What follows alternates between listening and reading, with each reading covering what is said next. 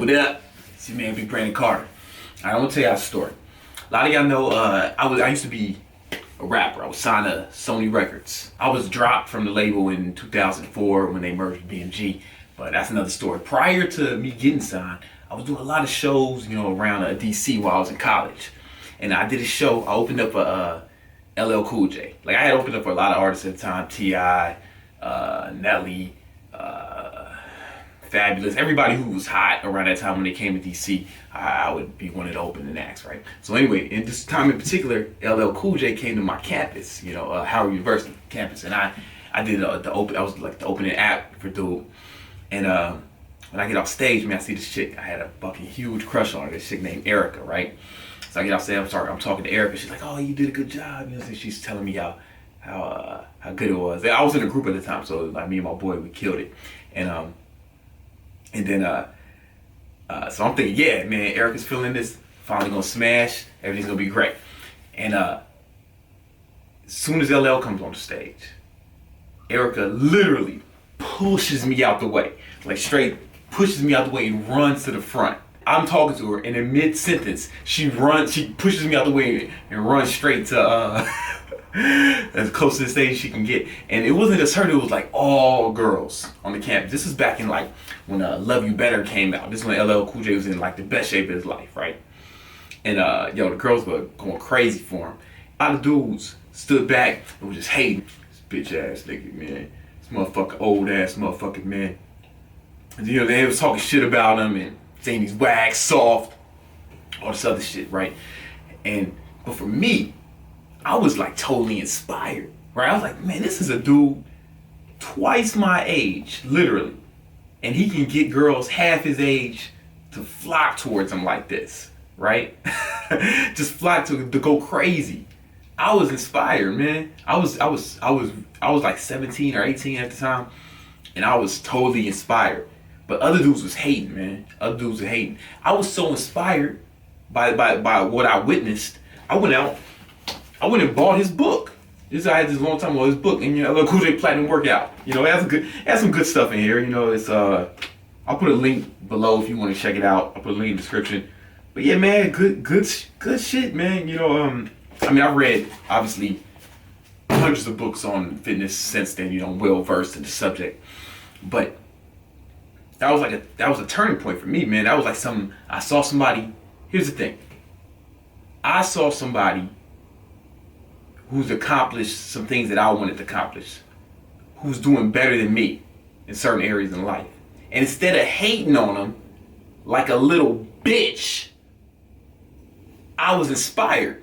And I went out to try to figure, I sought to try to figure out how he accomplished what he did. I went and got the information, And it's like other guys just hating, man, talking shit. Now, this was like 15 years ago. I see them motherfuckers on Facebook or whatever. People I went to school with. Some of the same motherfuckers was hating. And they all fat. They all got guts. Because you remember, I'm 32 now, right? So they're all of my age. We're all around the same age. They all fat. They got guts.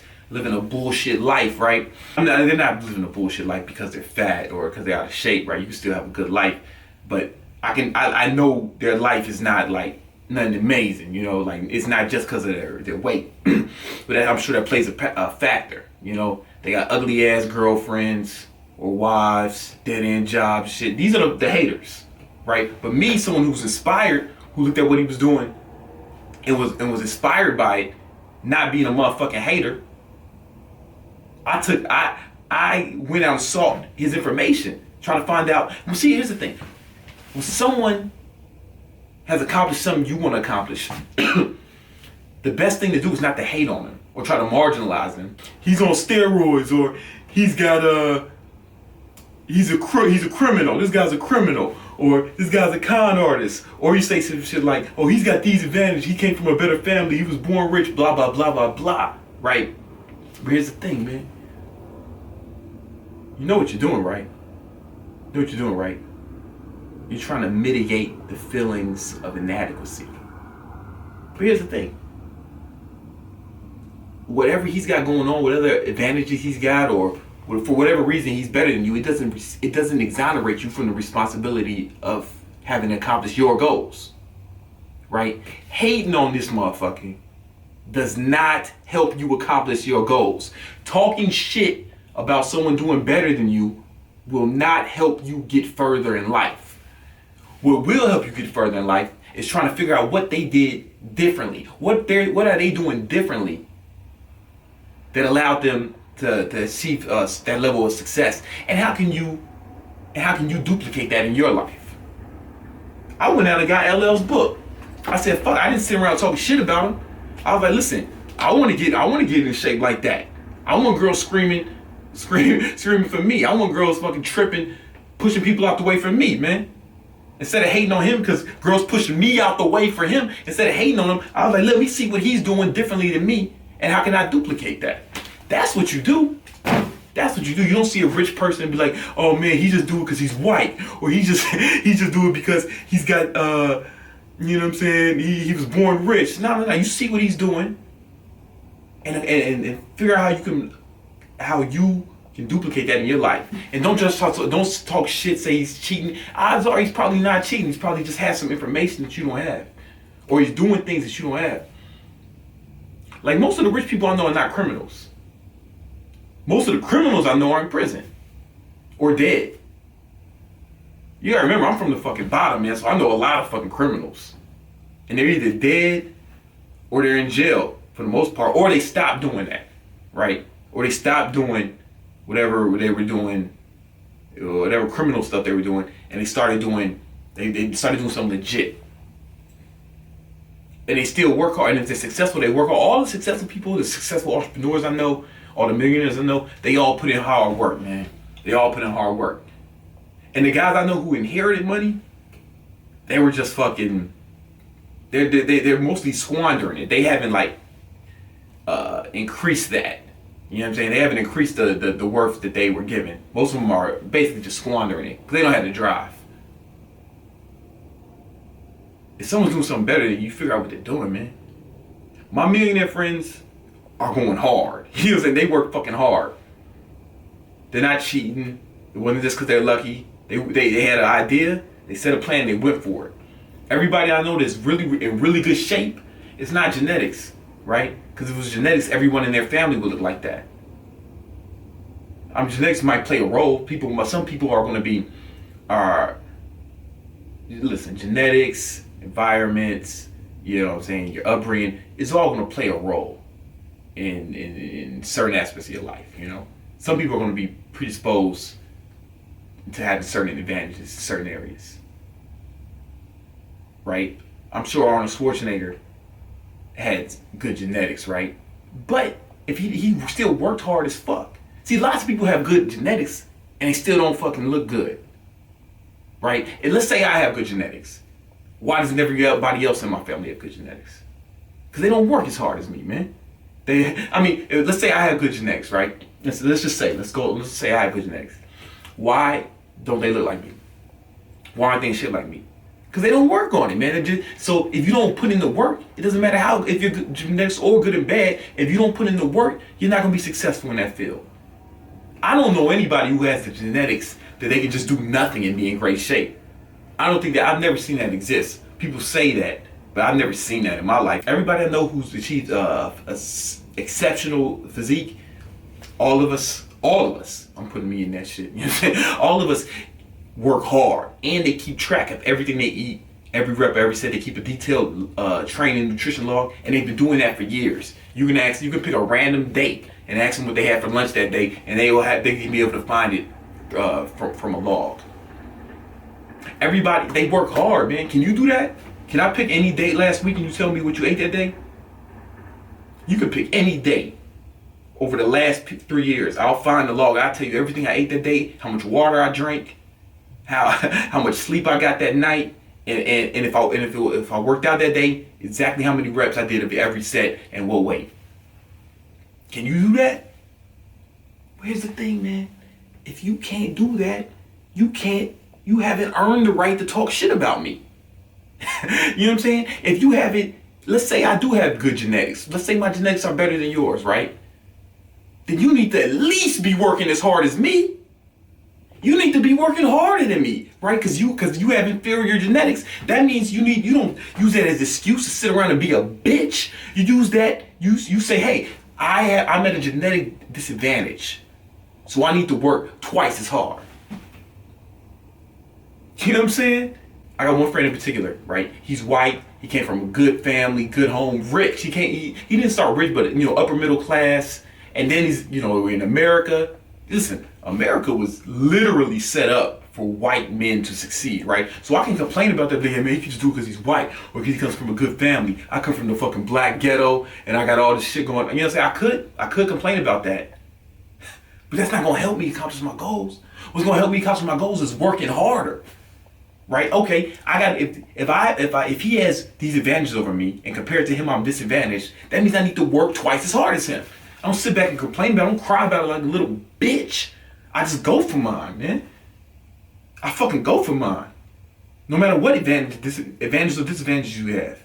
Fucking go for yours.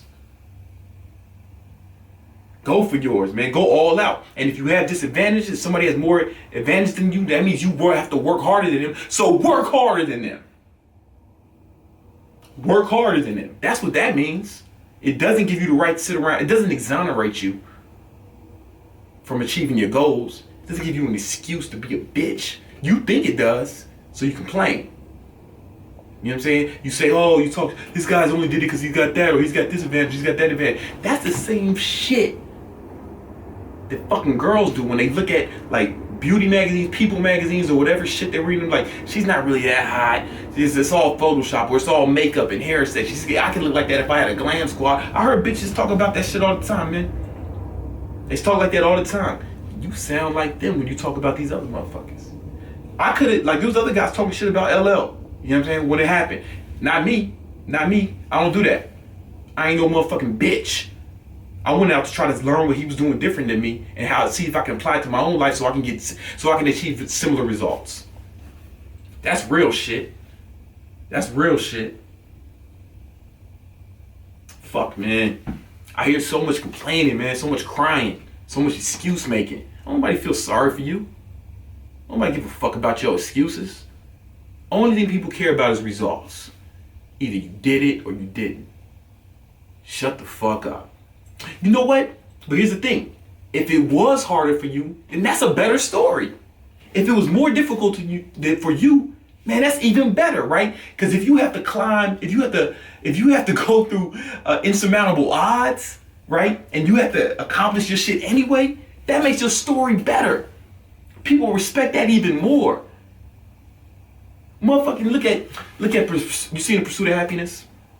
Sure, lots of people can become fucking stockbrokers. People do that shit every day. But the odds were so stacked against him. It was so difficult for him to accomplish it. Then they made a movie about this motherfucker.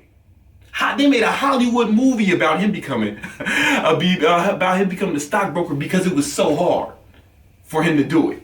They made a movie about it, starring the biggest actor of our generation. You know what I'm saying? Like, it's more respectable. It's even more impressive if you had to overcome some odds. If you were at a disadvantage. Don't complain about that. Embrace that. Embrace that, man. We don't watch movies. We don't watch movies about people who had it easy. We watch movies about people who had to accomplish something, man. We watch movies about people who had to accomplish something difficult. Listen, we watch superhero movies because they fight super villains, all right? It's like the old stories, the Knights, Camelot, and all that other shit, like, this is the old myths from, back in the days. What did the Knights do? The Knights went out and slayed dragons. And then when they slayed the dragon, it was different. It's not easy to kill a fucking dragon. Obviously, it's a mythical creature, right? This is not reality, but just think about the story. Think about why people give a fuck about these stories, why these stories have been passed down from ages, right? Because people respect when you have to do something hard and you do it. So like when they say the knight went out and slayed the dragon, listen, man, what are your dragons? What are the dragons you have in your life? Is your dragon bad genetics? Go out and slay the fucking dragon, man. Sir Lancelot didn't look at the fucking dragon and say, oh, those other guys slay dragons, but they had better swords than me or they had better training than me. Nah, man. You go out and you slay your own fucking dragon. You slay your fucking dragon. That's honorable. We wouldn't know about these brave knights if they just sit back and said, oh, other people used to slay dragons back in the day, but we're not gonna do it because we don't have. They had good genetics. They were bigger than us and stronger than us. Shut the fuck up. Nobody would tell that story. That story doesn't get passed down from ages. From ages, The stories that get passed down, the stories that we care about, stories that we teach our sons, is when people slaying the fucking dragon. Slay the fucking dragon. What's your dragon? Is it bad genetics? Slay the fucking dragon. Cause is it you came from a bad home, bad neighborhood, poverty? I came from all that, man. Poverty. You know what I'm saying? Bad neighborhood, all that shit. Gang infested area. Slay the fucking dragon. Slay the fucking dragon. What do you want? Pity? What do you want? Pity? Pity is for fucking babies. You want us to care that you have all these problems? That's for fucking babies. Slay the fucking dragon like a man. You gotta slay your own. Would you want somebody to do it for you? Oh man, this person didn't help me, or I just need some help. No, so you have to slay your own fucking dragon. You have to slay your own fucking dragon. So what are your dragons, man? Is it genetics? Is it your upbringing? Is it lack of money? Are you still in poverty? Shit, man. Whatever it is, man, slay the fucking dragon. Don't let this shit run. Because here's the thing. Whether you slay it or not, you still have to deal with it. Whether you slay the dragon or not, you still have to deal with it. Right? Let's say you don't slay the dragon. Now it's fucking around. It's fucking up the village or the kingdom. It's running around breathing fire on motherfuckers, picking up the princesses and, fucking up everyone's house. Metaphorically. You don't slay your own dragons. Hey, listen. If your dragon is bad genetics, listen. Whether you slay it or not, you still have to deal with it. You're still walking. So let's say you don't slay the bad genetics dragon. Now you're gonna walk around with a bad physique. You're not gonna be strong. You're not gonna be in shape. And you're gonna deal with that. You're gonna deal with that. You gotta deal with it either way. Is it poverty? Listen, trying to make money or trying to get out of poverty is not harder than just staying in poverty. Being poor is hard as fuck. I remember I remember sleeping in my car, man. I remember wondering when my next meal was coming. I remember waking up. This is the worst feeling. This is one of the worst feelings you can have. Waking up hungry and not knowing if or how you're going to get some food that day.